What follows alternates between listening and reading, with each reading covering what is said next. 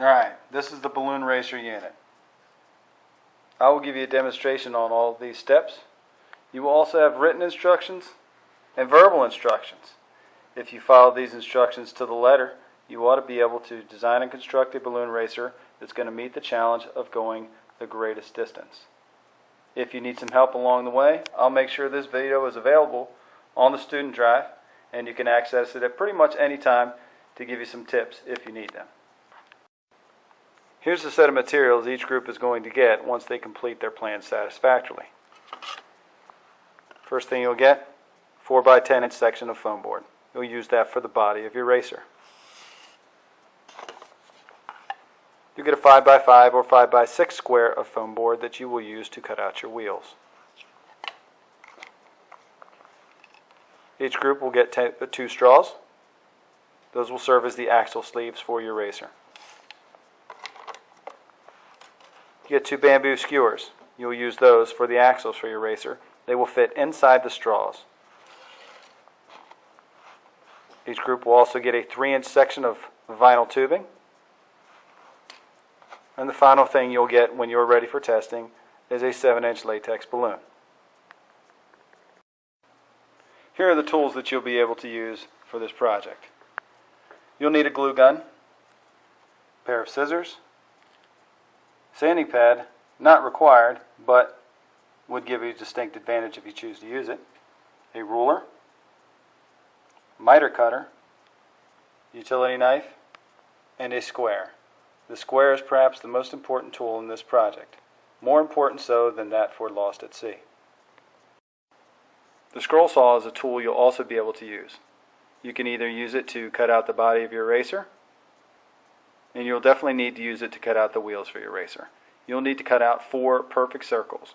I will demonstrate how to do this. I'll even do your first wheel for you.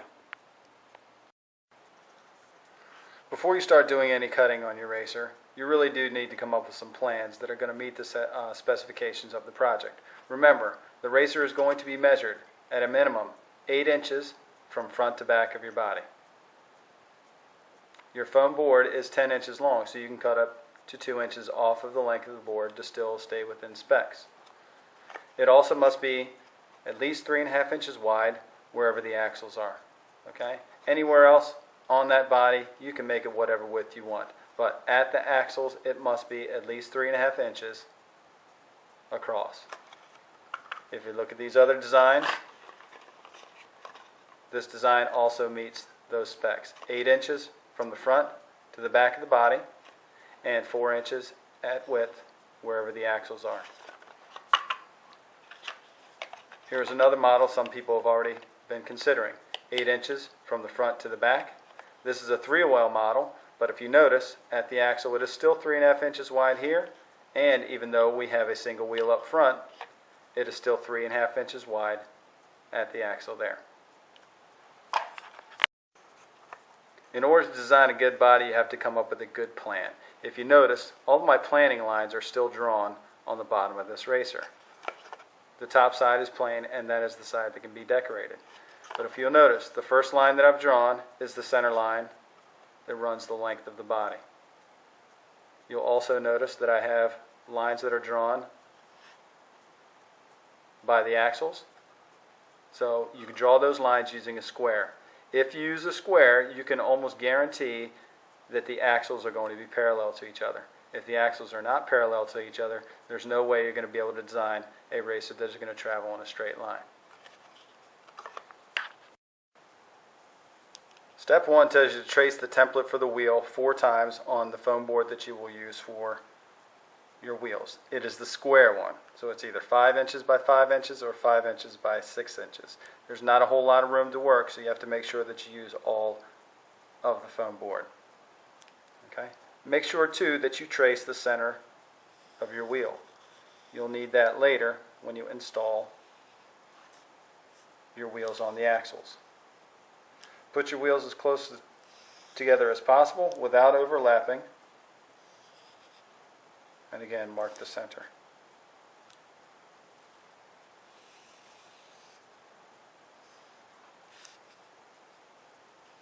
A little bit of overlap here.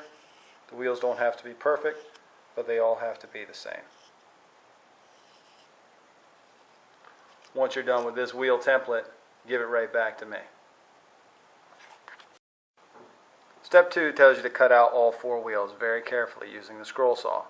You can try doing it with a utility knife, but a utility knife is not meant to make curved cuts. So using the scroll saw is recommended. If you've traced those wheels perfectly and you work very slowly with the scroll saw, then you can come up with some pretty good wheels. Here's my tip. Start with the blade on the edge of your foam. Okay? Push the blade straight through to the edge of one of your wheels.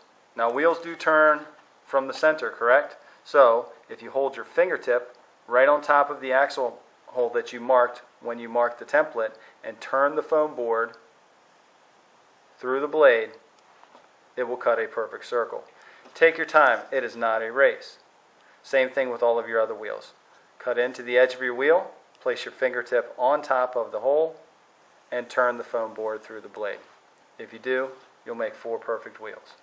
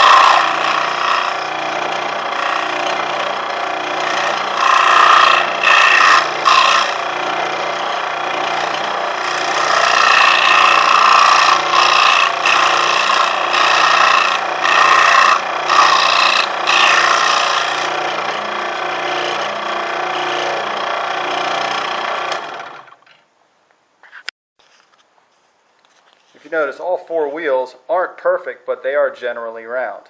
Those little bumps, we can sand that out with a piece of a sanding pad. So what you do, stack up all of your wheels together, like a big old stack of Oreo cookies. Hold them together tightly, and then sand around the outside edge of the wheels. Do not sand across the paper like this. It'll peel the paper up and your wheels will be raggedy. But if you sand around the outside like this, you'll come up with wheels that are more uniform.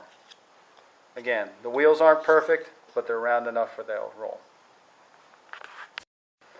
In steps 3 through 5, you're going to be planning out and preparing your racer body. First thing I would do is this. Mark the center line of your racer. The board is 4 inches across, so the center is going to be at 2 inches. Mark 2 inches at 2 different places on your foam board, then use a ruler to draw a straight line down the center of your board. Use a sharpened pencil. Do not try to use a Sharpie or a marker. Okay? Fine point is what you're going to need to do. Second thing you should do is do this. Using the square again. Mark the position where you want your axles to be. To give your car more stability, I would mark the axles as far apart as possible. 6 inches in between axles is probably the minimum you should use. The further apart they'll be, the more stable your car is going to be. If you use the square, you can make sure that your axles are going to be parallel to each other.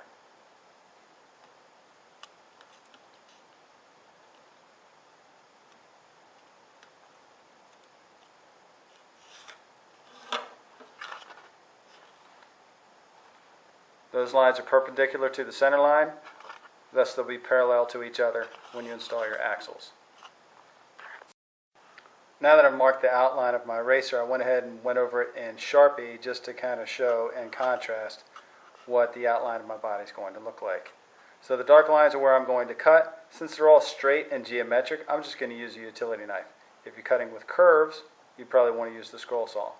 The axle positions are marked with the dashed lines. And if you notice, I did not take any width off of the foam board wherever my axles were. I want to make sure this razor is going to stay within specs.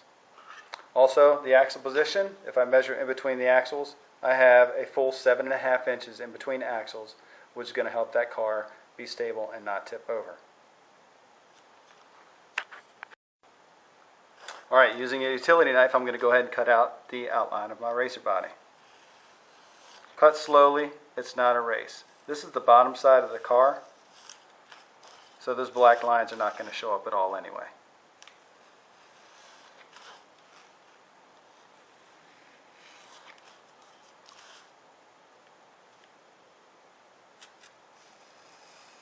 Make sure you have a good sharp blade. If you don't think the blade you're using is sharp enough, see me and I'll get you a new blade. I have plenty of these blades, and this step is kind of critical. Nice clean edges when I'm using a utility knife.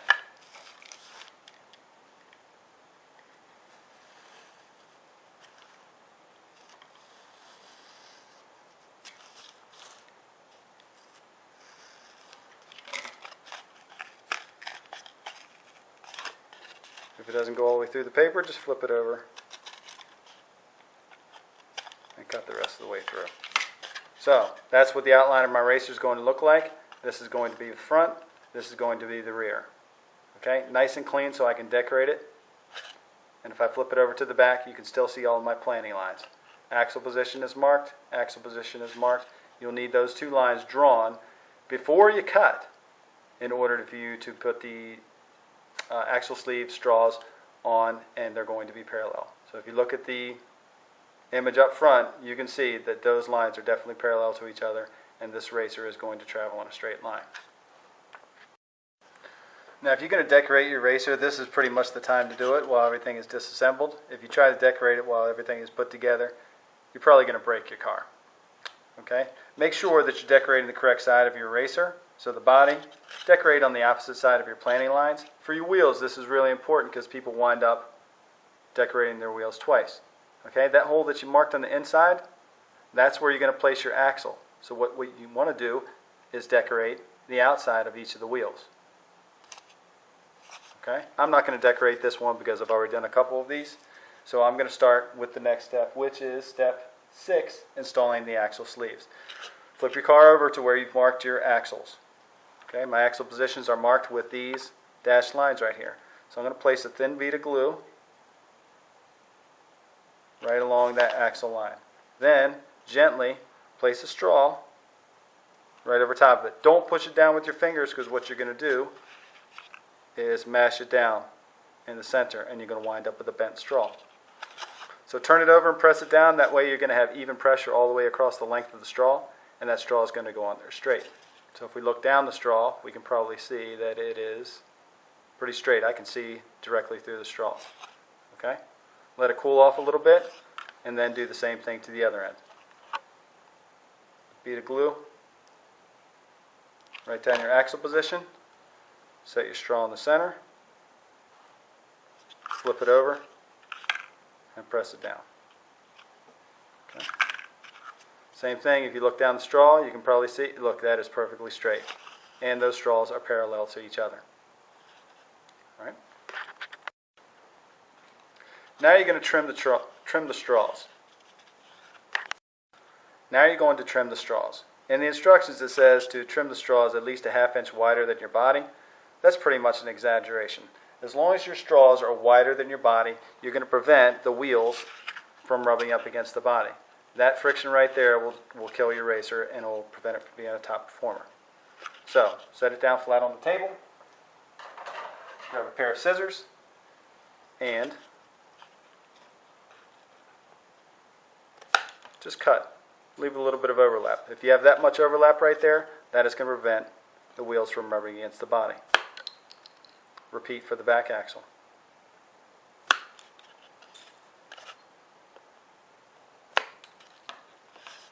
So if I look at the racer body from the top, I will see that I have overhang of the straw on both sides, on the front and the rear axles.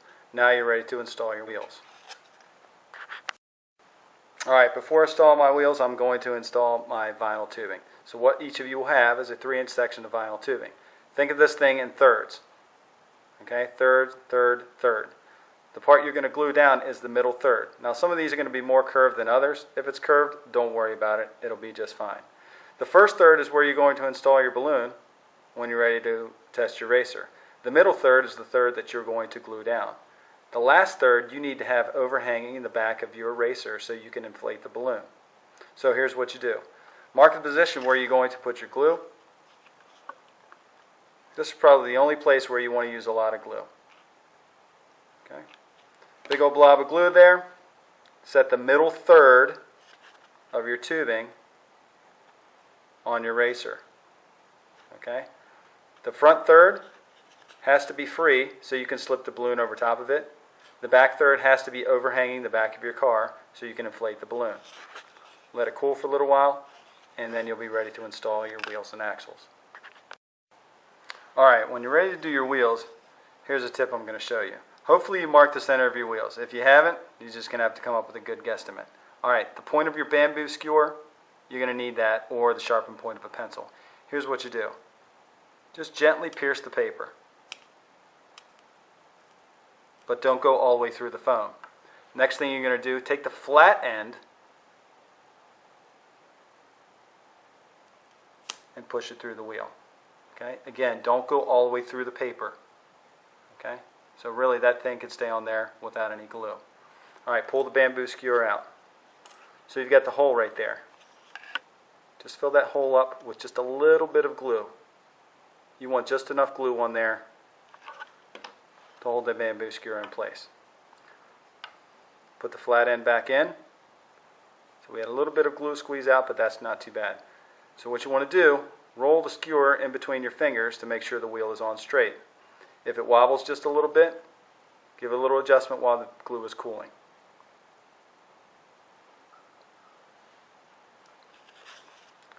Next, insert the bamboo skewer through the axle sleeve.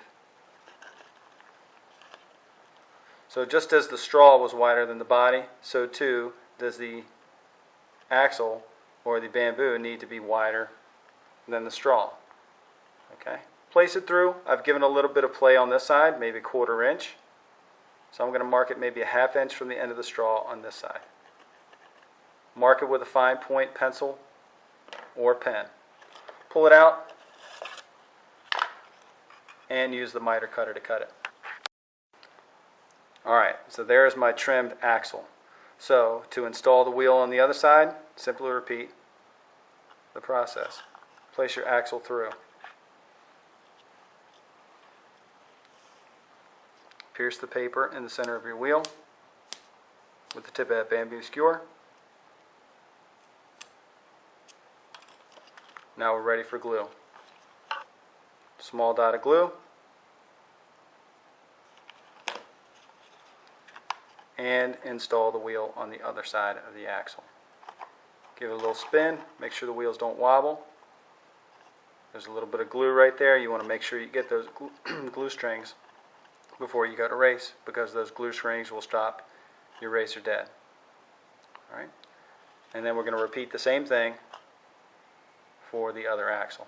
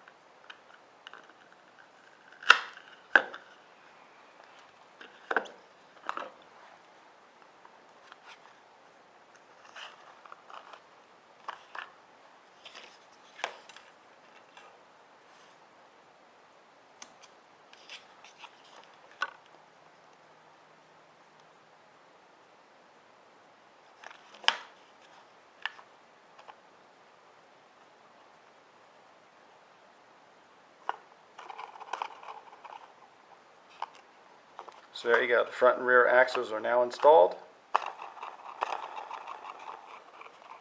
The wheels spin freely, and there's very little wobble. If you look in your rubric, that's actually one of your scoring points. Little or no wobble to the wheels. One little tip I forgot to mention before I installed those axles is this. If you want to give yourself a bit of an advantage,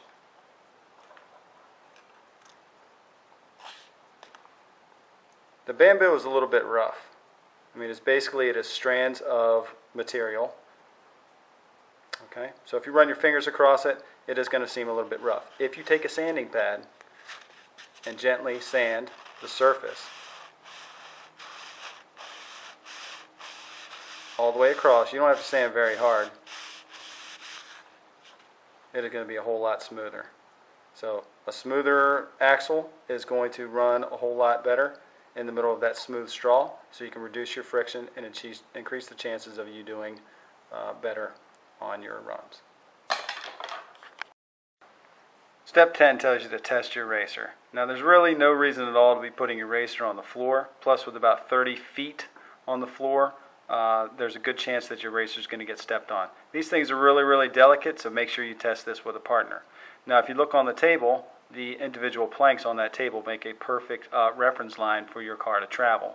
So what you do, just set it down gently, point it straight down one of those planks, give it a gentle push, and it should roll in a generally straight line. Now if your car doesn't run in a straight line, it is probably because of one of two things. One, you have too much wobble in the wheels. Give them a little bit of a spin, make some adjustments as necessary. The second thing, flip your car over and double check to make sure that the axle sleeves and the axles are installed parallel to each other. If they're not parallel, the car is going to turn one way or the other. Now distance is a premium. That's kind of what we're looking for in this challenge, but you have a chance to earn some bonus points with a center line bonus if your car does travel in a straight distance or a straight line as you test it. Installing the balloon is probably one of the trickiest things that you'll have to do, and it's the part that kind of frustrates most people. You guys are going to get a brand new balloon that looks like this. Before you install it on your car, you should probably inflate it once or twice, at least halfway before you install it on your car. That way, when you install it on the vinyl tubing, it'll be a whole lot easier to inflate. Now, make sure it's warm. Give it a good stretch left and right. Okay, lengthen it out. All right, once the balloon is good and warm, blow it up one time. All right, once you've done that, you might want to get your partner's help for this one. Okay, gently stretch the balloon over the front of your vinyl tubing. Don't put it on the back, because if you put it on the back, then all of your air is going to be blowing this way and your car is going to be propelled backwards. We don't need that. Stretch it out.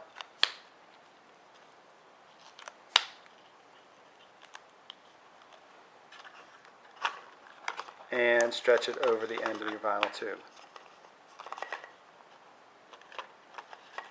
Probably about a ½ inch will do it. You don't need to put it on any further. Now this car is ready to run. Inflate from the back of the vinyl tubing, set it down, and let it go. Making Balloon Racer is that simple. If you follow these steps, if you work with a purpose, and you work carefully, you're going to come up with something that's going to go at least 18 feet, which is the minimum distance required to get full credit on the rubric.